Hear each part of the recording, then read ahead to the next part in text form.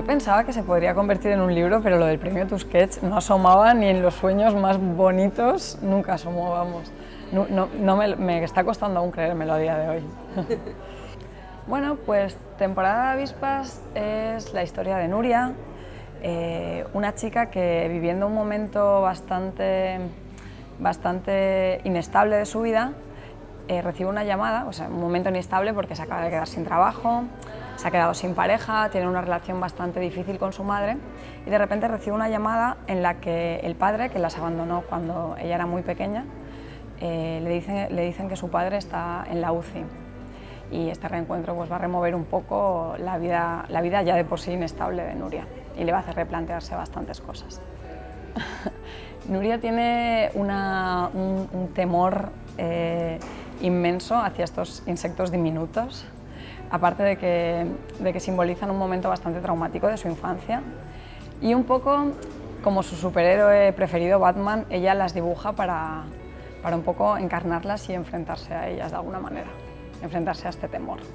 Bueno, la relación de Nuria con su madre es complicada desde niña, porque bueno, la novela está narrada en dos voces, la voz de Nuria adulta y la voz de Nuria niña, y la relación de Nuria con su madre desde niña es complicada porque ella de alguna manera, inconsciente, culpa a su madre de la huida de su padre, de que las abandonara. Pero es desde un punto muy inconsciente de esa niñez en la que ella idealizó a su padre y ya de adulta le sigue teniendo idealizada. Y toda esa culpa la carga en la madre.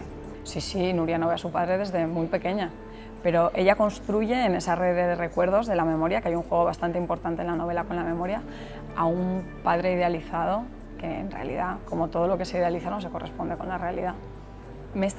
Yo no lo había pensado tanto hasta que me puse a escribir esta historia y al mismo tiempo hasta que empecé a pensar en mí como madre, porque estoy pensando en ser madre y pienso, ostras, ¿podría hacer todo lo que mi madre hizo por mí? ¿Y cómo me porté con ella? Y empiezas a pensar en eso y bueno, yo vengo de una familia bastante estructurada, con mi padre, con mi madre, pero pienso en que siempre a las madres a nivel social se les ha exigido muchísimo más que a los padres, siempre. Si lo piensas, a lo largo de la historia ha sido así y sigue siendo así a día de hoy. Y también me interesaba mucho cómo el foco en la maternidad, bueno, y en la paternidad siempre se pone en la madre. Cómo si la madre se va y abandona a su familia, es un monstruo para la sociedad. Si es el padre el que se va, el foco no se va al padre, se va la madre, pobrecita, se ha quedado sola, ¿cómo va a tirar para adelante? Y esto me interesaba mucho hablar de esto, de esa exigencia horrible que le ponemos a la madre en la espalda, como que una mujer cuando se convierte en madre ya no puede ser otra cosa. Es como, no, perdona, no puede ser así.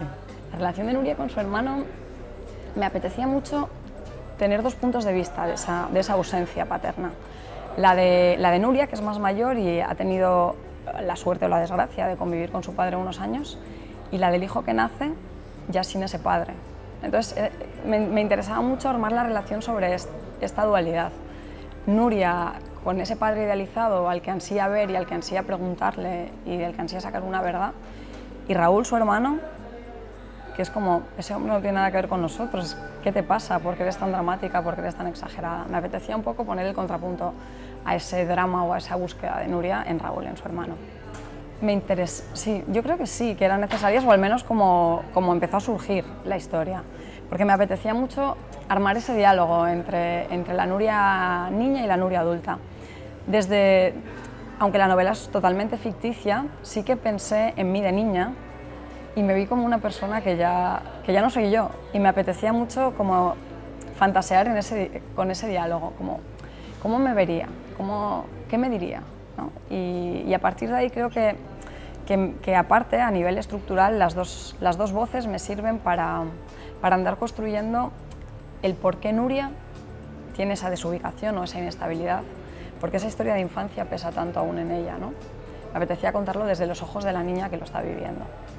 La verdad que sí, principalmente se indagan los lazos familiares y también en los roles familiares, que era un punto que me interesaba mucho explorar, porque me da la sensación de que en la familia siempre tenemos unos roles muy marcados y aunque crezcamos, seguimos teniendo esos roles.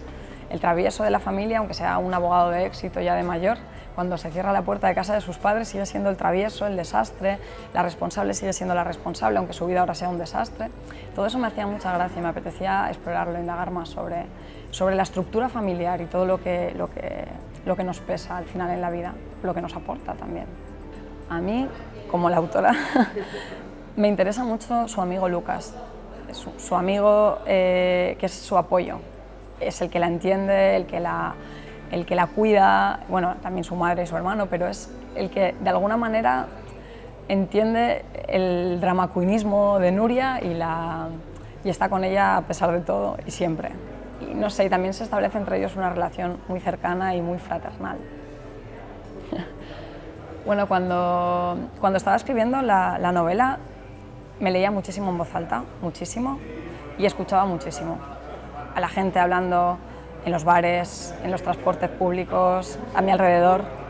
Y cuando me leía en voz alta intentaba sentir que había algo de esa frescura o de ese coloquialismo en la voz que estaba relatando la historia, en la voz de Nuria. Sí, quizá porque también intenté que esa prosa tan coloquial fuera muy rápida como los pensamientos de Nuria y muy atropellada. Y creo que la gente, y también desde la infancia, los pensamientos de la infancia son mucho de cómo recuerdo yo que pensaba en la infancia, como ir rellenando vacíos de información, etc. Y creo que apelar a cómo somos de niños hace que se empatice mucho con la voz. Bueno, ha sido muy especial, porque yo empecé a escribirlo cuando vivía en Madrid y tenía muy poco tiempo. Entonces yo llegaba a casa y me ponía a escribir y iba a un taller literario una vez por semana y yo empecé a escribir un cuento y la protagonista fue Nuria. Y me enamoré de su voz, me enamoré. Y escribí otro cuento con una niña que era Nuria también. Y fue como, ay, pues bueno, estoy aquí escribiendo un libro de cuentos, creo, con la misma protagonista. Porque pensar en la palabra novela con tan poco tiempo es agobiante. Es como, wow, una novela es demasiado grande para esta hora en la que me pongo en la noche. Pero de repente tuve la suerte de conseguir una beca en Iowa City, en Estados Unidos, en el Medio Oeste, entre nieve y campos de maíz. Y allí durante 2 años tuve mucho tiempo para reflexionar sobre esto y me di cuenta en los talleres de que esto no era un libro de cuentos, de que era una historia de largo aliento, con Nuria como protagonista y que tenía que contar esa historia. Y ya con 2 años por delante y mucho tiempo para reflexionar, ya es distinto. Y ya ahí la escribí. ¿Es tu primera novela, Elisa? Sí. Pero no es lo primero que escribes. No, yo llevo escribiendo desde muy pequeña. Yo he escrito mucho cuento, luego estudié audiovisuales y me puse con los guiones, trabajé como guionista, estudié guión en la escuela de cine, pero luego volví a la literatura y a escribir cuentos hasta que Iowa me dio la oportunidad de escribir algo más largo, sí. Pues es que no sé, no me imagino la vida sin escribir. Y también cuando escribo hay momentos duros de bloqueo, pero cuando estás concentrada y consigues armar un párrafo, armar un personaje, de repente hay una satisfacción cuando estás haciendo eso que no la consigo con otras cosas en mi vida. Y también hay un poco de catarsis y terapia en esto, no te voy a engañar. Sí, es algo extraño, porque cuando estás escribiendo estás muy ensimismada, muy contigo misma. Aunque al final yo soy muy pro de los talleres literarios y en los talleres sí que compartes mucho y conviertes la escritura en algo más en comunidad, pero sí que el acto de escribir es de uno mismo, consigo mismo, y de repente cuando terminas es como, bueno, es verdad que ahora esto ya tiene que salir al público y dejar de ser mío. Y eso es un paso muy complicado, pero yo creo que muy agradecido también. Que es verdad que cuando escribes, aunque en ese momento no lo estés pensando, luego necesitas que alguien te lea para que eso cobre vida, ¿no? En mi caso, por lo menos, es que necesito contar una historia y cuando ya la he armado digo, bueno, a ver si esto que me ha hecho feliz mientras escribía puede hacer feliz o gustarle o provocarle alguna sensación a otra gente. Me estoy tomando notas porque con la promoción del libro y estoy un poco digiriendo el premio, pero sí estoy tomando notas para algo nuevo.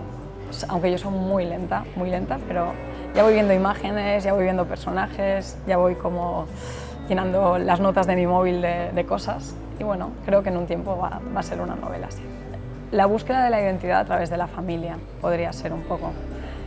Y también podría ser una historia dramática con una gran dosis de humor y de ironía.